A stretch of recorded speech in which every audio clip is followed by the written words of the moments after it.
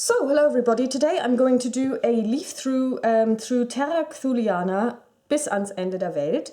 So, Terra Cthulhiana is a series of books published by Pegasus, and I did a review of Terra Cthulhiana several years ago. And this is now out. I'm not sure if it's the second or the third installment in the series, but I'm going to take a look at it.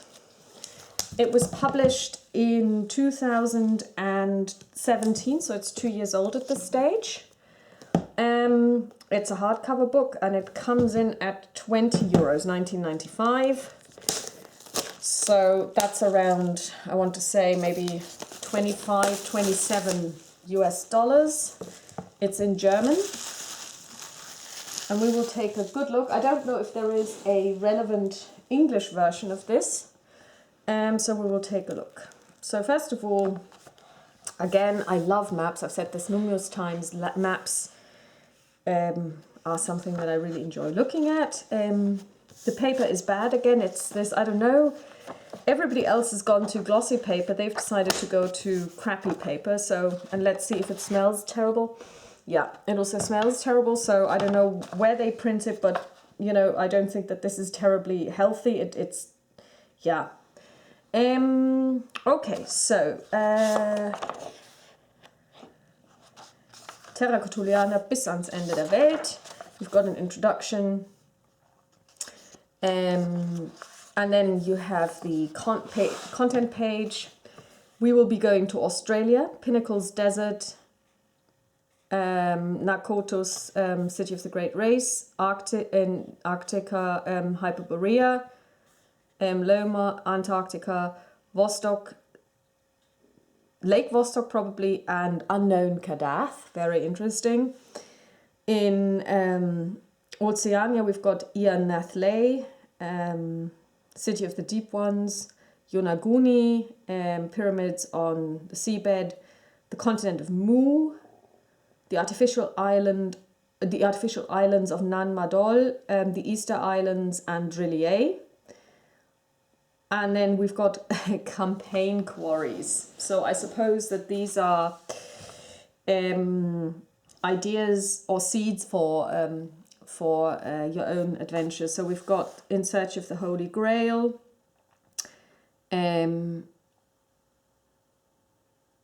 Searching for Astronauts of Antiquity, Assassins and Knights Templar,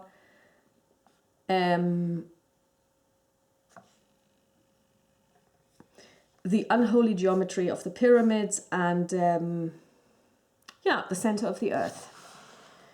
So again, you are treated to pictures,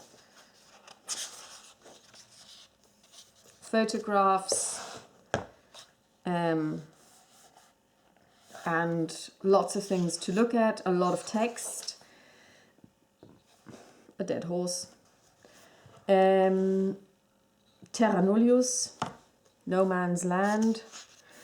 There are actually, is there a bibliography at the end?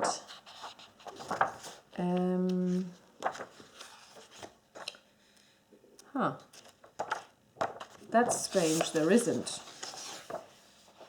Okay.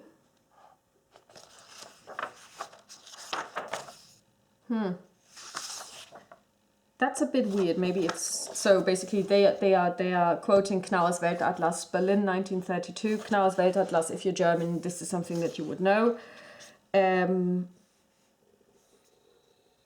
So what they do is they take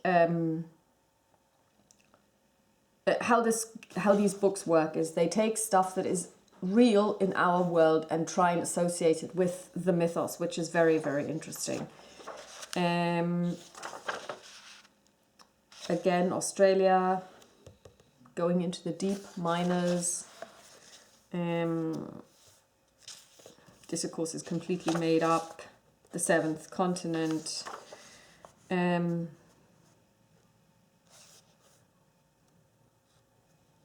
Aboriginal field stone carvings, Hyperborea, from 1906. This was a diary entry by Alfred Lothar Wegener during his first Greenland expedition in 1906. Big spider. And again, lovely and very, very interesting pictures. Possible mythos books you might find, special artifacts you might find, history, Hyperborea today, Greenland, Eskimos, ruins underneath the ice, Loma.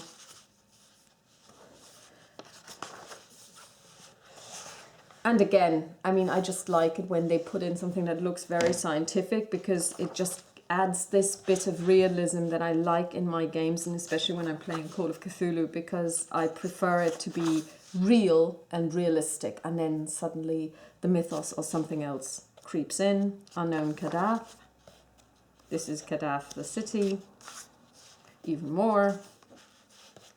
How to find it. Innsmouth.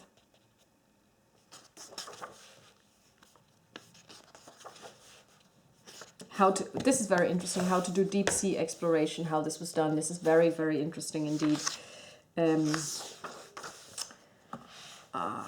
this is it. This is the city itself. Yansley. Here we've got Cthulhu's temple, the Devil's Reef, a palace.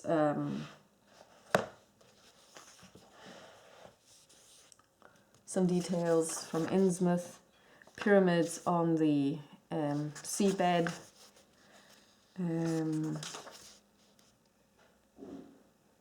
Japan, Nippon to Japan, the source of life, the continent of Mu,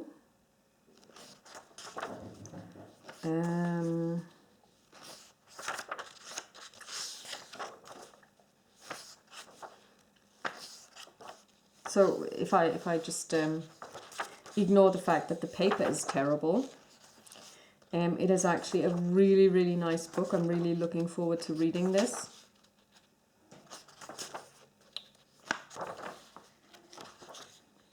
Relay.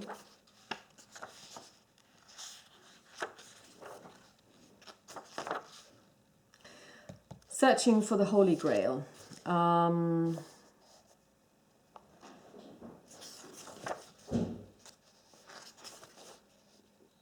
Glastonbury, Arthur, Between Heaven and Hell, Glastonbury Abbey, Winchester Great Hall,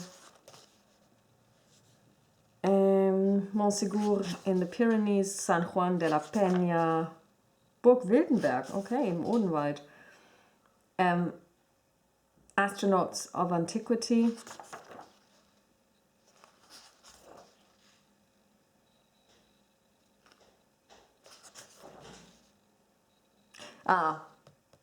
the Antikythera mechanism, a very interesting artifact that was found in Greece, and it is a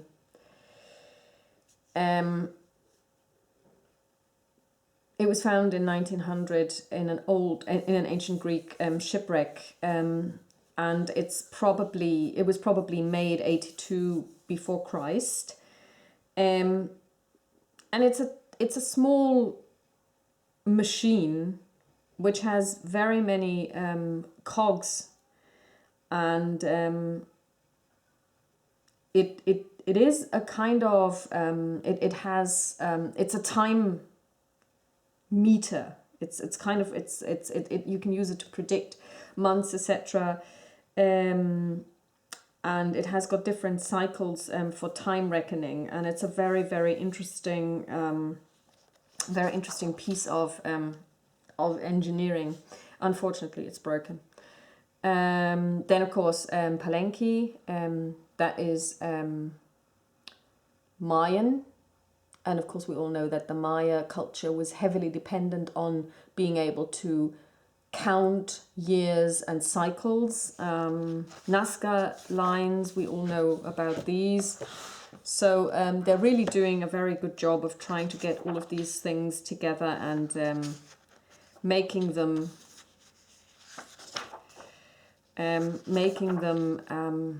available to people who would like to run their own games, and to just give them seeds, and in addition to the seeds, to also give them pictures and maps and stuff to run their own campaign. So I have to say that what I'm seeing here is very Loch Ness Chapel is very, very interesting, and I'm really looking forward to reading this book. Can I recommend it? Well, I don't know, because it really, first of all, depends on you. From Tory Island, that's in Ireland. That's where I live. Well, I don't live on Tory, but I live in Ireland. So, the books themselves, because I also have the first Terra Cthulhiana, are excellent if you are just basically even interested in reading about our world in a more fantastical setting. So you could use them even just for your own entertainment. You don't even need to use them. You can read this book without ever having played Call of Cthulhu, or even having read a lot of Lovecraft, or any Lovecraft, and you will still get satisfaction out of it if you're kind of like, sometimes into the more fantastic side of things. I think the production quality is high if we disregard the fact that the paper sucks. You have pictures, you have photographs, you have maps, and I'm pretty sure that some of the things will also be available for download, because usually they let you download everything, like handouts and stuff are usually available for you to download from their website. The book itself is 20 euros, thereabouts. That's reasonably priced in my opinion. It's bound, and it is really a good book that I can recommend. If you can actually use it to build your own campaign, that kind of depends on you, because I usually find it quite difficult to come up with my own campaigns for Cthulhu, because campaigns, are sometimes a bit difficult to play anyways, because you always have to get your players to accept the fact that they will probably have to build multiple characters over a campaign, or over the course of a campaign, because they will all die or go insane. But if you are very creative, and I'm not, and you would like to do something with a Knights Templar using Call of Cthulhu, this book may be for you. Or if you want to go to Australia or do something along those lines. And even if you don't, just finding out about some of the more mysterious parts of our own world, which are referenced in this book, will probably be quite entertaining. So I wish you all a pleasant rest of the day. Talk to you soon. Bye-bye.